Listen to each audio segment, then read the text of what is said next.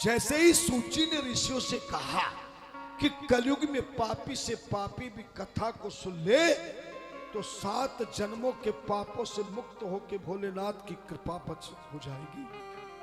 ऋषियों ने कहा महाराज ये सच बात है? बोले हाँ।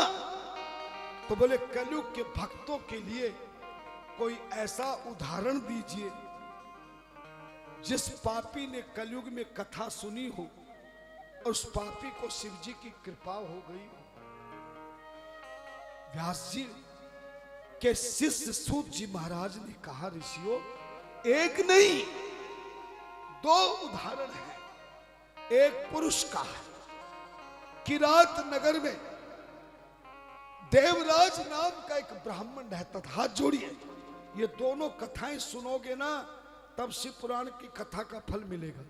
और इन दोनों कथाओं का मैंने 25 साल से अनुभव किया है।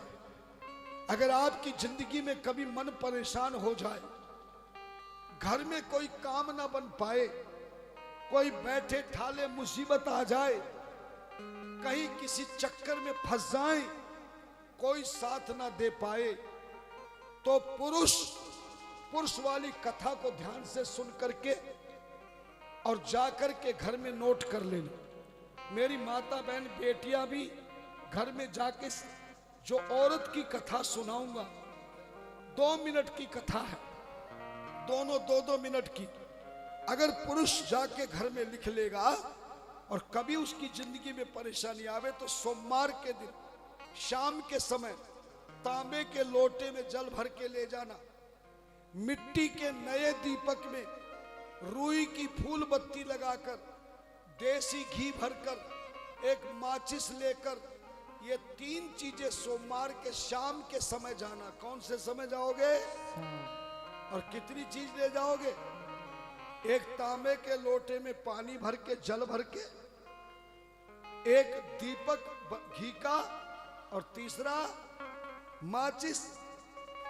मंदिर में जाके पहले घी का दीपक जलाना, फिर लोटे में से हाथ में जल डाल के हाथ धो लेना, फिर उस लोटे के जल को दोनों हाथों से गणेश जी, गोरा, नांदिया, कार्तिक को चढ़ा के, जलेरी को चढ़ा के पूरा जल एक धारा में शिवलिंग पे चढ़ा देना।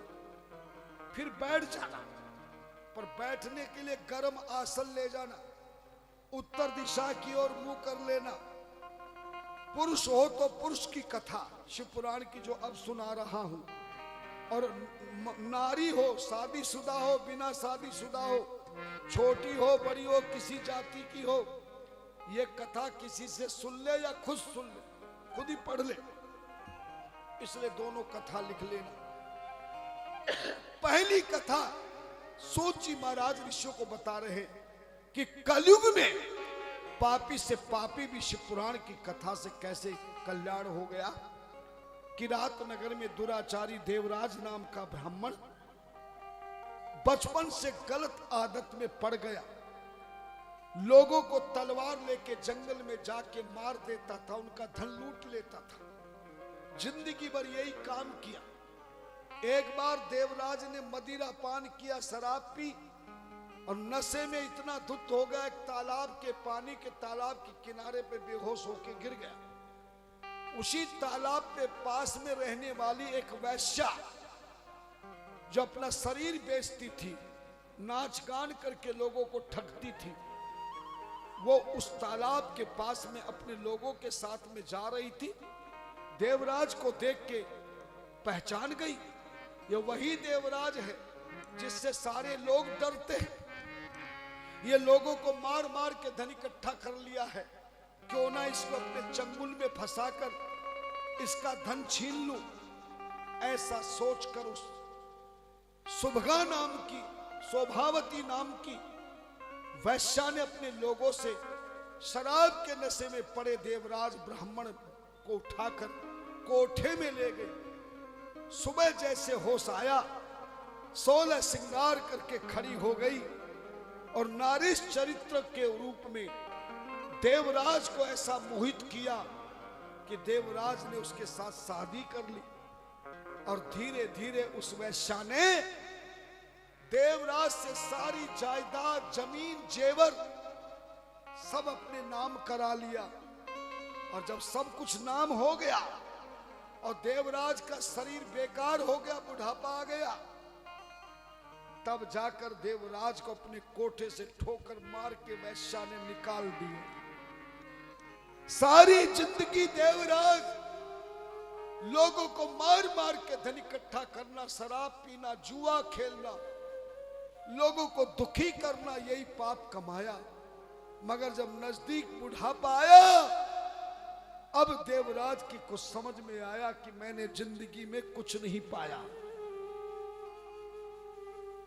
एक दिन भीख मांगते मांगते ऐसे शिवजी के, पुराने शिवजी का मंदिर था, वहां चला गया तो देखा सुबह कुछ यजमान ब्राह्मणों से पूजन करा रहे, रात्रि के समय भी पूजा हो रही है। देवराज ने सोचा जब ये रात को सो जाएंगे तब मैं इनकी चोरी करके ले जाऊंगा फल मिठाई खाने के लिए। शिव मंदिर में वहीं पास में शिव पुराण की कथा हो रही थी। अब वो तो रोजाना शिव पुराण की कथा सुनता था, मंदिर में पूजन होती थी, पूजा देखता था। जब 9वें दिन की पूजा, रात्रि के 4 प्रहर, शिवरात्रि की 4 प्रहर की पूजा देखी, सारे लोग सो गए तो फल चोरी करने के लिए गया। अपने धोती के कपड़े को घी में भिगो के दीपक जला दिया, प्रकाश कर लिया, अंधेरे को भगा दिया। तभी देवराज को एक सोए हुए व्यक्ति को पांव लग गया। उठ गए लोग, सबने पकड़ लिया। किसको पकड़ लिया? जोर से बोलो, एक बार और बोलो।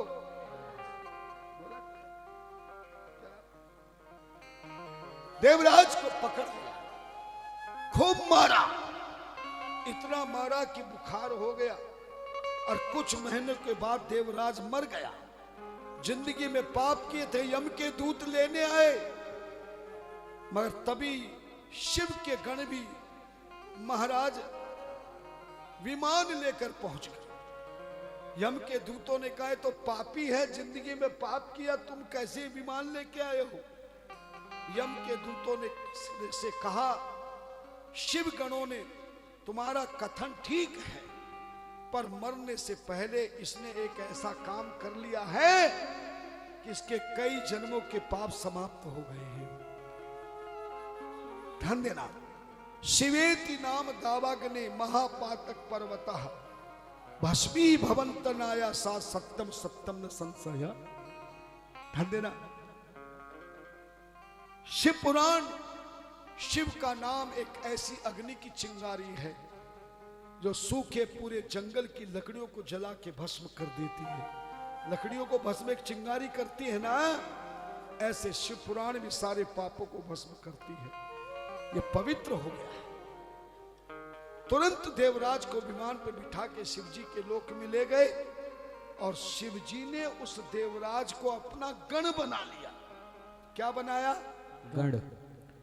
ये पुरुष की कथा है। सूत जी बोले, ऋषियों, जैसे देवराज पापी शिव पुराण की कृपा से शिवलोक की प्राप्ति हुई, कलयुग के पुरुष भी जो कथा को सुनेंगे या मेरे शिव मंदिर में अपनी आपत्ति को मिटाने के लिए कहेंगे, मैं उनकी कामना को पूर्ण करूंगा और शिव पुराण की कथा सुनने वाला पुरुष भी मेरे लोक को प्राप्त